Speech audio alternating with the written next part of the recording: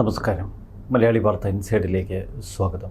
രാജൻ ജോസഫിനെ അറസ്റ്റ് ചെയ്ത വാർത്ത ഇപ്പോൾ സമൂഹ മാധ്യമങ്ങളിൽ വലിയ വിവാദമായി മാറിയിരിക്കുന്നു. ഒരു വശത്ത് CPM ഹാൻഡിലുകൾ രാജൻ ജോസഫിന് നേർക്ക് നടത്തിയ അതിക്രമങ്ങളെ അപലപിക്കുകയാണ്. മറുവശത്ത് രാഹുൽ മാങ്കൂട്ടം ക്യാമ്പ് ആഘോഷത്തിമിർപ്പിൽ. ശരിക്കും എന്താണ് സംഭവിച്ചത്? രാജൻ ജോസഫിനെ ഇത്ര ക്രൂരമായി അറസ്റ്റ് ചെയ്യേണ്ടതുണ്ടായിരുന്നോ? ശ്രീനാദേവി കുഞ്ചമ്മയോട് എനിക്കെപ്പോഴും ആദരവ് മാത്രമേയുള്ളൂ. ഇപ്പോൾ രാജൻ ജോസഫിൻ്റെ ഈ അറസ്റ്റ് ആഘോഷിക്കുന്ന അഡ്വക്കേറ്റ് ദീപ ജോസഫ് ഉൾപ്പെടെയുള്ളവരുടെ പ്രവർത്തനങ്ങളെ എപ്പോഴും പുകഴ്ത്തിയിട്ടേ ഉള്ളൂ ഞാൻ. പലപ്പോഴും ജേർണലിസവും ഓൺലൈൻ മാധ്യമപ്രവർത്തനങ്ങളുമൊക്കെ ഏറെ തെറ്റിദ്ധാരണകൾക്കിടവരുത്തുന്നു. ഓൺലൈൻ മാധ്യമപ്രവർത്തകരിൽ ചിലരെയെങ്കിലും യൂട്യൂബർമാർ എന്നാണ് മുഖ്യധാര മാധ്യമങ്ങൾ വിശേഷിപ്പിക്കുന്നത്. പലപ്പോഴും ഒരു ജേർണലിസ്റ്റ് എന്ന പദവി സ്വയം ആർജിച്ചെടുക്കുകയാണ് പലരും. മറ്റ് തൊഴിൽ മേഖലകളിൽ നിന്ന് പിന്നീട് ജേർണലിസം ഒരു പാഷനായി ഉൾക്കൊണ്ട് ആ ജേർണലിസത്തിൻ്റെ പന്താവിലേക്ക് കടന്നു വരുന്നു ചിലർ. അക്കൂട്ടത്തിൽപ്പെട്ട ഒരാളാണ് രാജൻ ജോസഫ്. രാജൻ ജോസഫ് പലപ്പോഴും എന്നെ ഫോൺ വിളിക്കും. ഞാൻ എന്തെങ്കിലുമൊക്കെ വീഡിയോ ചെയ്തു കഴിഞ്ഞാൽ അതിനെ ചിലപ്പോൾ വിമർശിക്കും. പലപ്പോഴും വളരെ പോസിറ്റീവായി മാത്രമേ എന്നോട് സംസാരിച്ചിട്ടുള്ളൂ. സംസാരിക്കുമ്പോൾ വളരെ മിതത്വം. എന്നാൽ രാജൻ ജോസഫിൻ്റെ വീഡിയോ കാണുമ്പോൾ നമുക്ക് തന്നെ ഒരു ഭയം തോന്നും. ഇത്രയൊക്കെ കടുപ്പിക്കേണ്ടതുണ്ടോ എന്ന് പലപ്പോഴും ഞാൻ രാജൻ ജോസഫിനോട് ചോദിച്ചിട്ടുണ്ട്. ഇങ്ങനെ കടുപ്പിച്ച് പറഞ്ഞാലേ അത് ആളുകളുടെ മനസ്സിൽ കൊള്ളൂ എന്നാണ് രാജൻ ജോസഫ് പറയുന്നത്. രാജൻ മാത്രമല്ല, മറ്റു പലരും ഇത്തരത്തിൽ കടുപ്പിച്ച് പറയുന്നവരാണ്. പലപ്പോഴും എന്നെ ഫോൺ വിളിക്കുമ്പോൾ രാജൻ പറയും, സോയ്മോൻ ചേട്ടനെ ഞാൻ എൻ്റെ സഹോദര സ്ഥാനത്താണ് കാണുന്നത്. അതുകൊണ്ട് എന്തെങ്കിലുമൊക്കെ തെറ്റുപറ്റിയാൽ എന്നെ ഉപദേശിക്കണം. അപ്പോഴൊക്കെ ഞാൻ രാജനോട് പറയും, രാജൻ ഒരിക്കലും ഇത്ര കടുപ്പമുള്ള വാക്കുകൾ ഉപയോഗിക്കരുത്. സ്ത്രീത്വത്തെ അപമാനപ്പെടുത്തും വിധം വാക്കുകൾ ഉപയോഗിച്ചാൽ അത് കൂടുതൽ അപകടമുണ്ടാക്കും. എന്നാൽ രാജൻ ജോസഫ് അപ്പോഴൊക്കെ പ്രകടിപ്പിക്കുന്നത് കടുത്ത ആത്മവിശ്വാസമാണ്. ഞാൻ പറയുന്ന കാര്യങ്ങളിൽ എല്ലാത്തിൻ്റെയും തെളിവ് എൻ്റെ പക്കലുണ്ട്. ആ തെളിവുകളുടെ പിൻബലത്തിലാണ് ഞാൻ സംസാരിക്കുന്നത്. നിങ്ങളൊക്കെ രാഹുൽ മാങ്കൂട്ടത്തിലിനെ ശക്തമായി വിമർശിക്കാതിരിക്കുമ്പോൾ എൻ്റെ കയ്യിൽ രാഹുലിനെതിരെ നിരവധി തെളിവുകളുണ്ട്. ഞാൻ രാഹുലിനെതിരെയുള്ള സർവ്വ വസ്തുതകളും പുറത്തു കൊണ്ടുവരും എന്നൊക്കെ വെല്ലുവിളിച്ചിട്ടുമുണ്ട്. ഇത്തരം ഒറ്റയാൻ മാധ്യമപ്രവർത്തനം നടത്തുമ്പോൾ ചില ഭാഗങ്ങളുടെയെങ്കിലും പിന്തുണ നേടേണ്ടതുണ്ട്. ഇക്കാര്യത്തിൽ രാജൻ ജോസഫ് തികഞ്ഞ പരാജയമായിരുന്നു. ഒരു വശത്ത് മുഹമ്മദ് റിയാസിനെയും ഇളമരം കരിമ്പിനെയും ഒക്കെ ഏറ്റവും മോശമായി ചിത്രീകരിക്കും. പിണറായി വിജയനെ കാരണഭൂതനാക്കി കണക്കിന് കൊടുക്കും. എന്നാൽ രാഹുൽ മാങ്കൂട്ടം അടക്കമുള്ളവർക്കെതിരെ അതിരൂക്ഷമായ വിമർശനം. ഇപ്പോൾ CPMഉം DYFIയും ഉൾപ്പെടെയുള്ള ഇടതുപക്ഷ ഹാൻഡിലുകൾ നേരിടുന്ന പ്രധാന പ്രശ്നവും അതുതന്നെ. ശ്രീനാദേവി കുഞ്ചമ്മയുടെ പരാതിയിൽ രാജൻ ജോസഫിനെ അടൂർ പോലീസ് അറസ്റ്റ് ചെയ്ത് സെല്ലിനുള്ളിൽ അടയ്ക്കുന്ന കാഴ്ച. ഇതിനെതിരെ ശക്തമായി പ്രതികരിക്കേണ്ടതുണ്ട് എന്ന് CPM അടക്കം പറയുന്നു. എന്നാൽ പ്രതികരിച്ച് രംഗത്തിറങ്ങിയാൽ രാജൻ തന്നെ തങ്ങൾക്കെതിരെ ചെയ്ത പഴയ വീഡിയോകളൊക്കെ ചിലർ കുത്തിപ്പൊക്കുമല്ലോ. ഇപ്പോൾ തന്നെ ശ്രീനാദേവി കുഞ്ചമ്മ ചില വീഡിയോകൾ കുത്തിപ്പൊക്കി സമൂഹ മാധ്യമങ്ങളിലിട്ട് നാറ്റിക്കുകയാണ്. ഇവിടെ എന്താണ് അടിസ്ഥാന പ്രശ്നം? രാഹുൽ മാങ്കൂട്ടത്തിനെതിരെ ഒരു യുദ്ധത്തിനിറങ്ങിത്തിരിക്കുകയായിരുന്നു രാജൻ ജോസഫ്. രാഹുൽ വീഴുമെന്ന് രാജൻ ഉറപ്പിച്ചു. അതുകൊണ്ട് തന്നെ തുടക്കത്തിൽ അതിശക്തമായ ആക്രമണ പരമ്പരയാണ് രാഹുൽ മാങ്കൂട്ടത്തിനെതിരെ രാജൻ തൊടുത്തത്.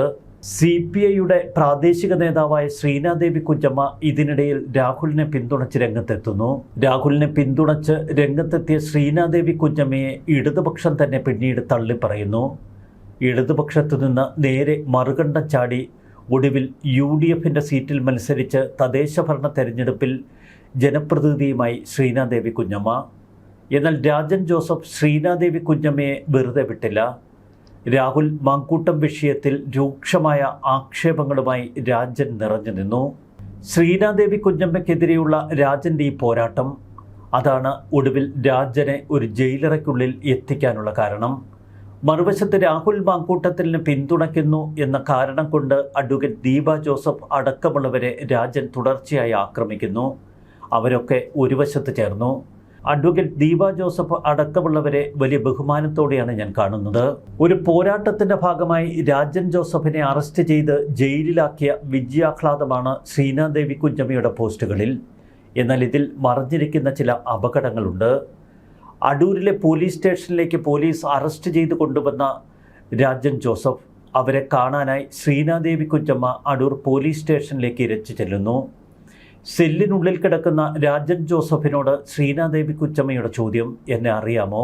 രാജൻ പറയുന്നു, ആദ്യമായാണ് ഞാൻ ശ്രീനാദേവിയെ കാണുന്നത്. ഇവിടെ സുഖമാണോ എന്ന ശ്രീനാദേവിയുടെ ചോദ്യം.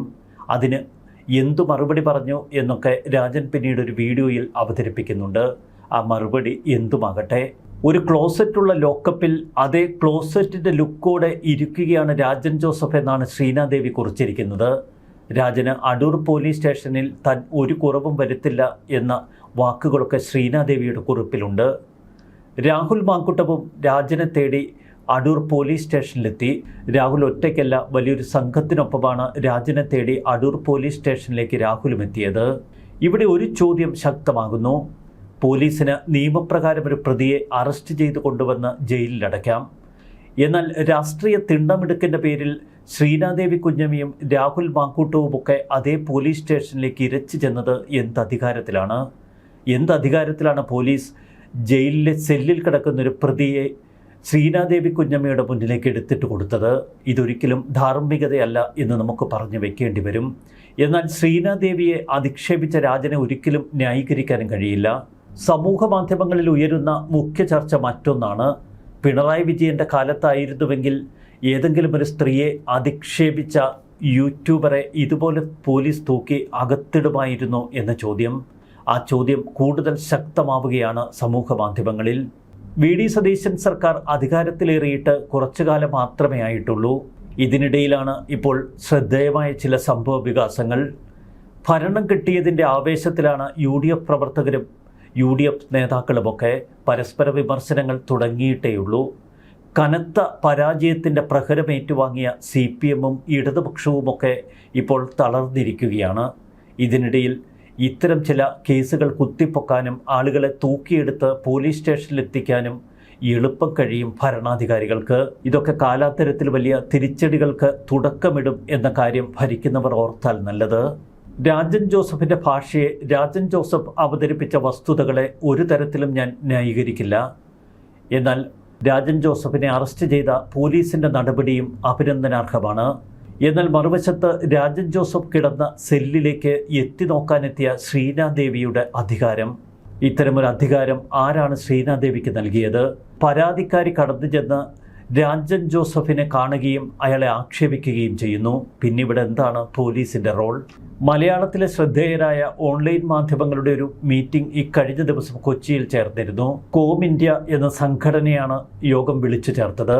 കോം ഇന്ത്യയിൽ അംഗങ്ങളായ ഓൺലൈൻ മാധ്യമങ്ങൾ ചേർന്ന് പുതിയ ഭാരവാഹികളെ തെരഞ്ഞെടുത്തു. കോം ഇന്ത്യയുടെ ജനറൽ സെക്രട്ടറിയായി എന്നെ തെരഞ്ഞെടുത്തു. ആദ്യ യോഗത്തിൽ ഞങ്ങൾ ചില തീരുമാനങ്ങളെടുത്തു. ഓപ്പറേഷൻ തൂഫാൻ മോഡലിൽ ഇവിടെ ചില ഇടപെടലുകൾ സർക്കാർ നടത്തണം, പ്രത്യേകിച്ച് ബ്ലാക്ക് മെയിൽ ജേർണലിസത്തിനെതിരെ. കേരളത്തിൽ നിരവധി യൂട്യൂബർമാരുണ്ട്, ന്യൂസ് മേഖലയിൽ പ്രവർത്തിക്കുന്നവർ. അവരിൽ മിക്കവർക്കും ഒരു ശൈലിയുണ്ട്. ഏതെങ്കിലും പ്രമുഖ വ്യക്തിക്കെതിരെ അല്ലെങ്കിൽ ഒരു വ്യവസായിക്കെതിരെ ഒരു വാർത്ത നൽകുന്നു. പിന്നെ ആ വ്യവസായിയുമായി നെഗോഷിയേറ്റ് ചെയ്ത് കുറേ പണം പിടുങ്ങുകയാണ് പലരുടെയും ലക്ഷ്യം. ഇത്തരം കഥകളൊന്നും രാജൻ ജോസഫിനെതിരെ കേട്ടിട്ടില്ല. കാരണം രാജൻ ഒരു പ്രത്യേകതരം ജീവിതശൈലിക്കുടമയാണ്. രാജൻ ജോസഫ് തന്നെ പലപ്പോഴും പറയും, മദ്യപാനം തൻ്റെ ഒരു വീക്ക്നെസ്സാണ്, അതിൽ നിന്ന് രക്ഷപ്പെടാൻ പലപ്പോഴും താൻ ശ്രമിക്കാറുണ്ട്. ചിലപ്പോൾ കുറേ അധികം ദിവസങ്ങൾ ഇങ്ങനെ മദ്യപിച്ചിരിക്കും, പിന്നീട് അതിൽ നിന്ന് മുക്തനായി കുറേ വീഡിയോ ചെയ്യും. എന്നാൽ മറ്റുള്ളവരെ ഭയപ്പെടുത്തിയും ഭീഷണിപ്പെടുത്തിയും ബ്ലാക്ക് മെയിൽ ചെയ്തും രാജൻ ജോസഫ് പണം വാങ്ങിയിട്ടുണ്ട് എന്നതിൻ്റെ ഒരു തെളിവും കേരളത്തിന് മുന്നിലില്ല. അത്തരമൊരാക്ഷേപം രാജനെതിരെ നമുക്കുമില്ല. വായിൽ നിന്ന് പോകുന്ന വാക്ക്, അതാണ് പലപ്പോഴും നമുക്ക് അപകടമുണ്ടാക്കുന്നത്. നമ്മുടെ പ്രവൃത്തികളിൽ എന്തുണ്ടായാലും പറഞ്ഞ വാക്കിൻ്റെ പേരിൽ പലപ്പോഴും വലിയ ശിക്ഷകൾ അനുഭവിക്കേണ്ടി വരും. ശ്രീനാദേവി കുഞ്ഞമ്മയ്ക്കെതിരെ രാജൻ ജോസഫ് ഒരു യുദ്ധം നയിച്ചു. അതിനൊരൊറ്റ കാരണം മാത്രമേ രാജന് മുന്നിലുള്ളൂ: രാഹുൽ മാങ്കൂട്ടത്തിലിനെ പിന്തുണച്ചു എന്ന വാശി. ഇതുതന്നെയാണ് ശ്രീനാദേവി കുഞ്ഞമ്മയ്ക്കെതിരെ തുടർച്ചയായ വീഡിയോകൾ ചെയ്യാൻ രാജനെ പ്രേരിപ്പിച്ചത്.